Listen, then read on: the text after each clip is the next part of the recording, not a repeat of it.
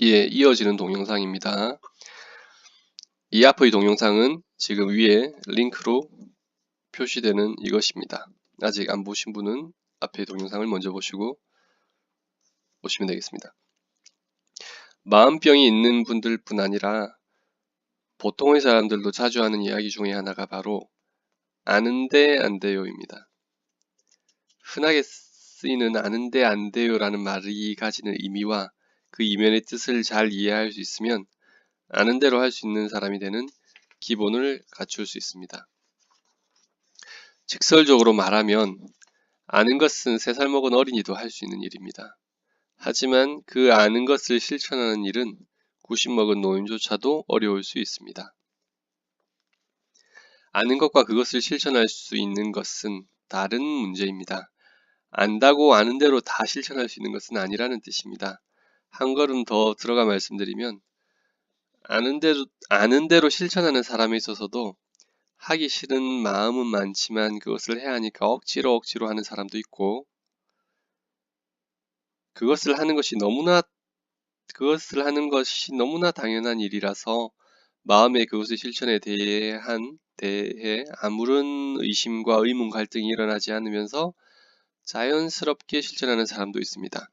겉으로 보기에 실천하는 것은 같아도 그 실천하는 정도에 있어서는 1000명이면 1000명, 10,000명이면 10,000명, 천차만별인 것이 이것입니다. 안다는 것은 무엇일까요? 우울증이 있는 사람은 외출하기도 싫고 사람 만나기도 싫은 것이 보통입니다.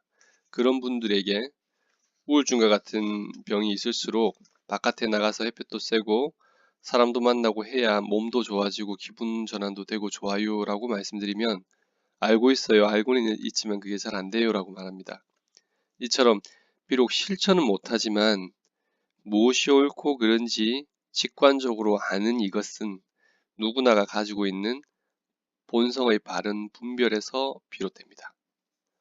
유학에서 본성이라고 하는 것, 불교에서 불성이라고 하는 그것은 생각이 그친 마음의 자리인데 유학에서는 그 본성이 밖으로 드러나는 모습을 인의예지 넷으로 크게 구분했습니다. 인의예지 중 마지막 지는 바른 분별을 뜻하는 것으로 이것은 쉽게 생각해 보면 우리가 죄송합니다. 인의예지 중 마지막 지는 바른 분별을 뜻하는 것으로 이것은 쉽게 생각해 보면 우리가 무엇인가를 듣고 옳은 것을 직관적으로 옳다고 긍정할 수 있는 능력, 틀린 것을 직관적으로 틀렸다고 부정할 수 있는 능력이 이것에서 비롯됩니다. 누구나가 가지고 있는 이 바른 분별의 능력 덕분에 우리는 비록 자신이 실천하지는 못할지라도 그것이 옳은지 그른지 알 수 있습니다. 위에서 우울증이 있는 분이 외출도 하고 사람도 만나는 것이 우울증 치료를 위해서 좋은 줄 아는 것과 같습니다. 이때 우리의 마음 전체가 그 아는 마음으로만 가득 차 있다면 그것의 실천은 너무 쉽습니다. 마음 전체에 가득 차 있는 그 아는 것이 행동으로 드러나기는 높은 곳에 있는 물이 아래쪽으로 흘러내리는 것만큼이나 쉽고 자연스럽습니다. 그런데 이것이 안 된다는 말은 무슨 말이냐면 그것이 옳은 줄 모르는 것은 아니지만 그 마음과 상반되는 힘을 가진 마음이 더 많다는 뜻입니다. 우울증 환자에 빗대어 말씀드리면 외출해야 하는 것을 잘 알지만 스스로 생각하기에 자신의 현재 몸 상태, 마음의 상태로는 도저히 외출할 수 없는 상태라 생각하고 스스로 외출하지 않기를 선택한 것입니다. 얼핏 그런 줄 분명히 잘 알고 있는데 행동만 못하는 것으로 착각하기 쉽지만 사실은 그것이 아닙니다. 그렇게 해야 하는 것을 모르는 것은 아니지만 더 크게 그와는 반대되는 생각을 하고 있으며 자신은 그 반대되는 선택을 스스로 하고 있는 것입니다.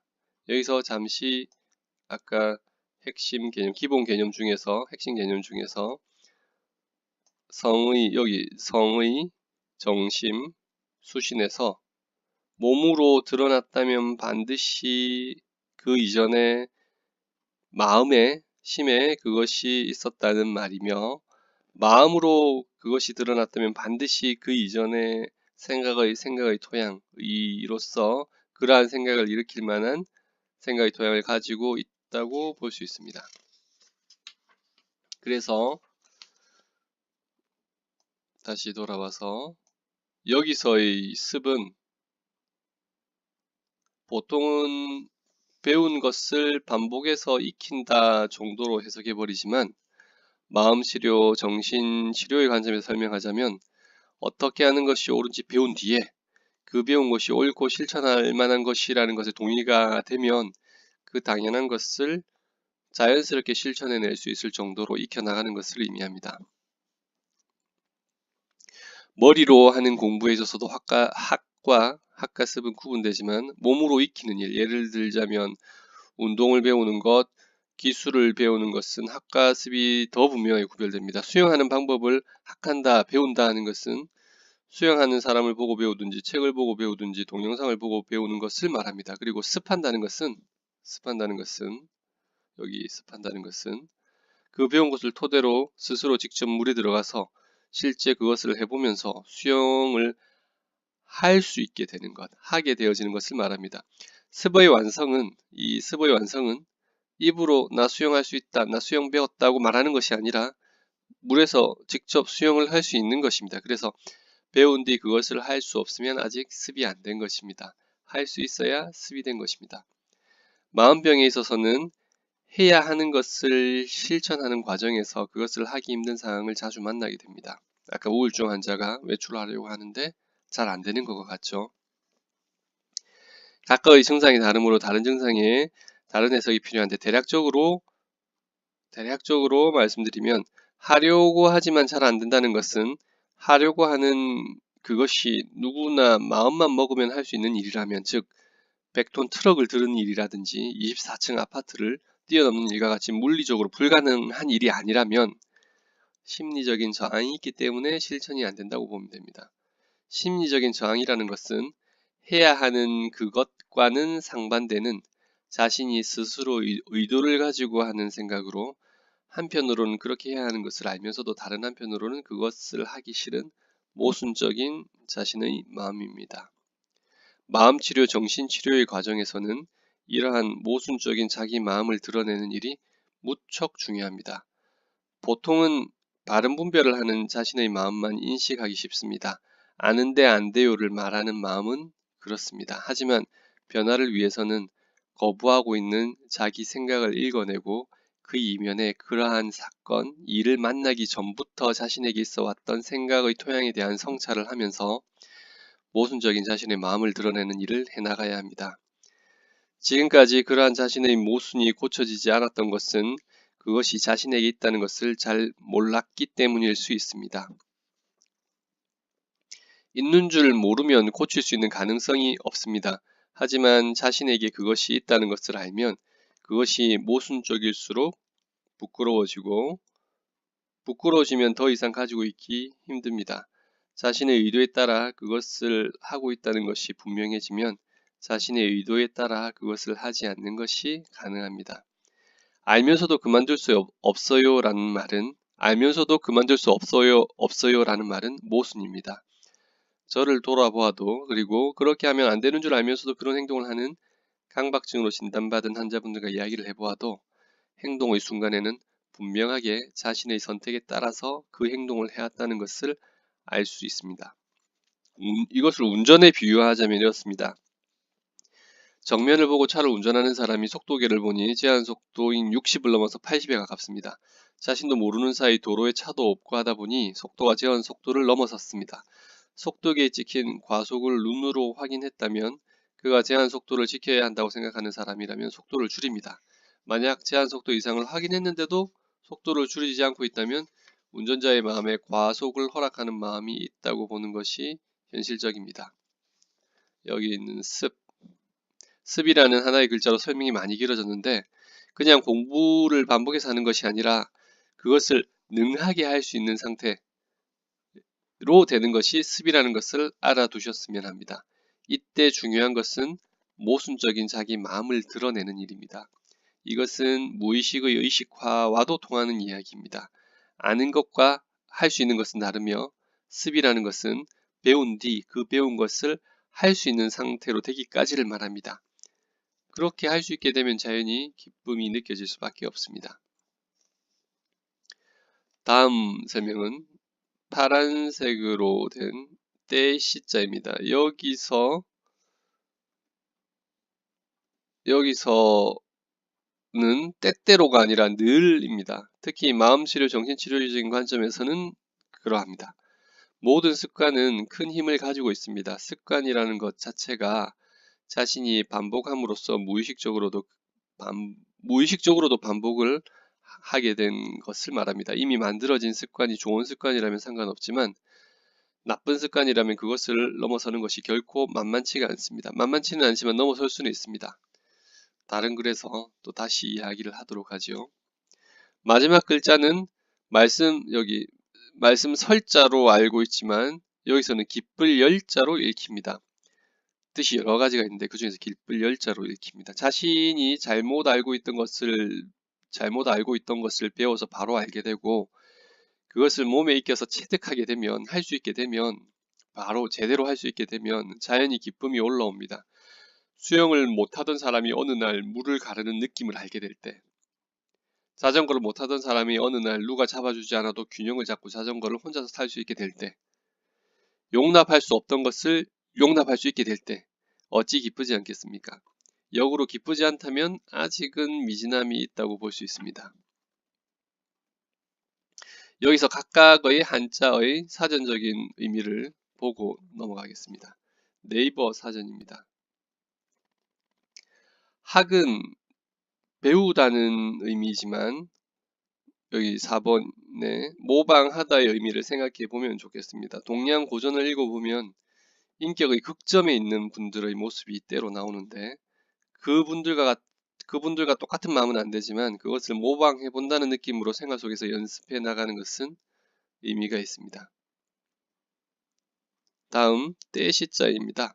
아까 말씀드렸던 것처럼 여기서는 여기 8번의 의미 때마다 늘이라는 뜻입니다. 마음의 작용은 우리가 깨어있는 동안 거의 쉬지 않기 때문에 오래된 습관을 변화시키는 과정에서는 세심한 관찰이 필요합니다.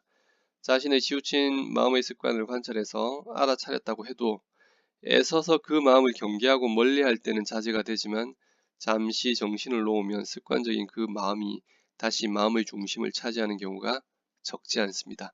그런 것을 잘 관리하기 위해서는 명상이 필요한데 명상을 연습하면 깨어있음, 알아차림의 상태가 유지되기 쉽고 그런 상태에서는 자기 마음의 변화를 알아차리면서 생활하는 것이 가능합니다. 다음 익힐 습자입니다. 여기서는 7번에 능하다의 뜻으로 그것을 행할 수 있느냐 없느냐의 관점에서 봐야 합니다. 습자의 뜻은 원래 새끼새가 어미새의 회치는 것, 날개짓하는 회치는 것을 흉내내어 몇 번이고 되풀이하며 회치는 가운데 어느덧 자신의 몸뚱이가 날아올라 비행을 터득하는 것을 의미합니다. 새끼새의 비행 연습은 결코 날개짓이 완전해진 뒤에 시작되지 않습니다. 서툴지만 자신이 할 수 있는 만큼 하면 됩니다. 돌된 아기가 걸을 때도 마찬가지 일이 일어납니다. 세상 어떤 아기도 완벽하게 걷는 것이 연습된 뒤에 걷는 것은 아닙니다. 비록 서툴지만 일어서고 뒤뚱뒤뚱 걷는 것을 수없이 반복한 뒤에 결국 해냅니다. 모든 습의 과정이 그렇습니다. 안 되는 것에 실망하지 말고 그 실천이 당연히 해야 하는 것이라면 넘어져도 웃는 아기처럼 그렇게 해나가면 좋습니다. 마음치료, 정신치료 연습의 과정을 세밀하게 관찰해보면 처음에는 도저히 참아지지 않는 것이 완전히는 아니지만 조금씩 참아지고 전에는 하루 이상 마음에 남던 것이 연습을 하면 전보다 훨씬 빨리 마음에서 불편함이 남지 않는 등의 변화가 옵니다. 하지만 사람의 마음이라는 것이 묘해서 비록 빨라진 것이 맞지만 빨라지고 짧아져도 역시 남아있으면 무척 괴롭습니다.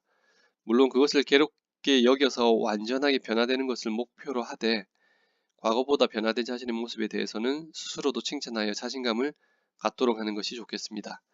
아기새의 날개짓과 다르지 않습니다. 하다 보면 날게 됩니다. 걸음마 연습하는 아기는 넘어져도 웃습니다. 우리도 그렇게 연습해 나가면 됩니다. 다음 기쁠 열자입니다. 안 되던 것이 되는데 어찌 기쁘지 않겠습니까? 기쁜 것이 맞습니다.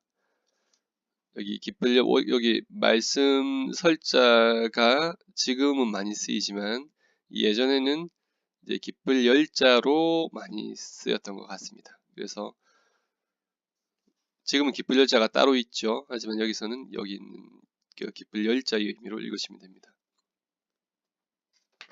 이번 시간에 전해드릴 내용은 여기까지입니다. 끝으로 양방의 정신과에서 마음을 보는 시각과 한방 정신과에서 마음병을 보는 시각을 비교해 보기 위해서 소재를 찾다가 식탐이 조절되지 않는 이유는 무엇일까라는 글을 찾았습니다.